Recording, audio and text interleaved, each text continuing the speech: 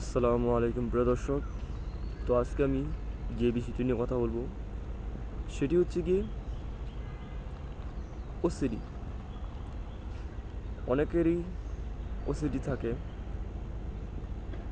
বিশেষ করে যাদের অতিরিক্ত হয়ে যায় তারা খুবই সমস্যার মধ্যে পড়ে যায়। তো আমি সেটি নিয়েই আজ কথা বলবো। তো আমি যে বিষয়টি নিয়ে কথা বলবো যে জিনিসটা কাটিয়ে কীভাবে উঠবে। ওসিডি হচ্ছে আমাদের একটি হয়তো একটা চিন্তা, একটা ভুল চিন্তা।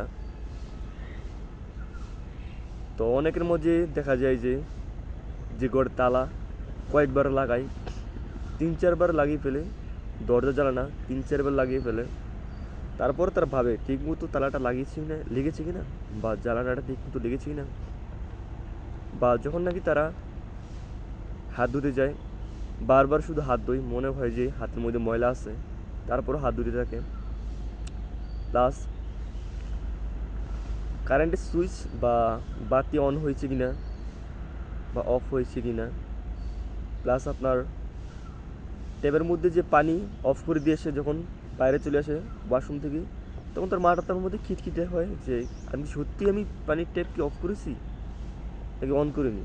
সেরকম সে একটা অহেতুক একটা চিন্তার মধ্যে পড়ে যায়।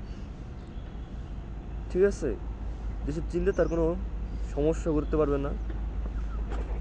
আর এসব চিন্তা আমি বুঝিয়ে দেব যে কীভাবে আপনার এই চিন্তা থেকেই বা অস্থিতি থেকেই একটু হলো রিকভার হবেন বা সুস্থ হবেন। দেখেন, আমিও এই ওসিডির রুগী ছিলাম, অ্যাংজাইটি রুগীও ছিলাম। তো আমি যেভাবে ওসিডি দূর করেছি আমাদের মধ্যে থেকে, যে আমি যখন ওয়াশরুমে যেতাম, পানির ট্যাপ ছেড়ে তো আমি যা পানি এটি নিতাম, বা ওয়াশরুম থেকে আসার পর আমার মাথার মধ্যে একটা খিটখিটি বা একটা চিন্তা এসে পড়তো যে আমি সত্যিই কি পানির ট্যাপ অফ করেছি। তো এরকম চিন্তা, তা আমি নিজেকে এরকমভাবে বোঝ দিয়েছি, এগুলোকে ইগনোর করেছি, বিদায় আমি আজ সুস্থ হয়েছি ওসিডি থেকেও। যে পানির ট্যাপ যদি আমি অন করে রাখি, আমি জানি যে এটা আমি অফ করে রাখছি, কিন্তু আমার চিন্তা আমাকে বলতেছে যে তুই অফ করছিস। আর যদি অন থাকেই তো থাক, আমি একটু একটু অন করছি, পুরো ট্যাঙ্কের পানি পুড়ে যাবে, আমার কোনো ক্ষতি হবো না। ঠিক আছে, যদি আমি বারবার গিয়ে চেক করতাম তাহলে আমার ওসিডি আরও বাইরে যেত। প্লাস লাইটের কথা আর কি, বিদ্যুতের লাইট। তো আমি লাইট, ওই রুমের লাইট দিয়ে অফ করছি, অফ করা এই রুমে আসছিলাম শোয়ার জন্য। তো পরবর্তীতে আমার মাথার মধ্যে খিটখিট করতো, আর আমি তখন লাইটটা অফ করিনি। বা ওয়াশরুমের লাইট যেটাকে আর কি, সবচেয়ে বেশি ওয়াশরুমের লাইটটা আমার বিরক্ত করতো ওই চিন্তাটা। তো আমি এইভাবে ইগনোর করছি যে লাইট যদি অন থাকে ঠিক আছে, সারাদিন চলুক, সমস্যা নেই, আমি জানি আমি অফ করছি। তারপর আমার ব্রেন আমি বলতেছে যে আমি অফ করি নাই, যদি অফ করি নাই তাহলে চলুক, সারা রাত চলুক লাইট, সমস্যা নেই, কয়টাকে বিল আসবি। কিন্তু আবার ওসিডি থেকে তো বাস্তবে আমি এইভাবে ইগনোর করছি। ঠিক আছে, প্লাস হাতের মধ্যে ময়লা লাগা যেটাকে বলে। তো আমি একবার হাত ধুইছি, তারপর মনে হইতেছে যে হাতের মধ্যে ময়লা। তো আমি জানি একবার হাত ধুইলে ময়লা চলে যায়, কিন্তু আমার ওসিডির কারণে এগুলো হইতেছে। আমি একবার ধুইছি, ঠিক আছে, সমস্যা নাই, হাত একটু ময়লা থাকলে কী হবে। আর আমি তো হাত ধুইছি, কিন্তু আমার ব্রেন বলতে আছে আমার হাতে ময়লা আছে। তো আমি ওইভাবে জিনিসটা আমি পজিটিভ দিছি, বিদায় ওসিডি থেকে আমি সুস্থ হয়েছি।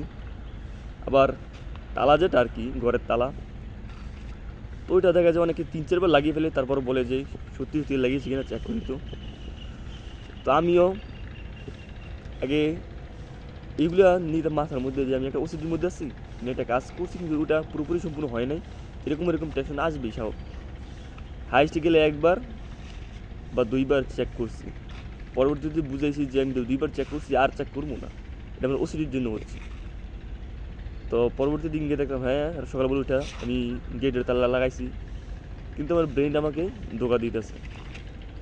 যেসব আপনার গুরুত্বপূর্ণ সেটি হয়তো 1 থেকে 2 বার আপনি চেক করতে পারেন গেটের তালা, এর স্বাভাবিক, ভালো এটা।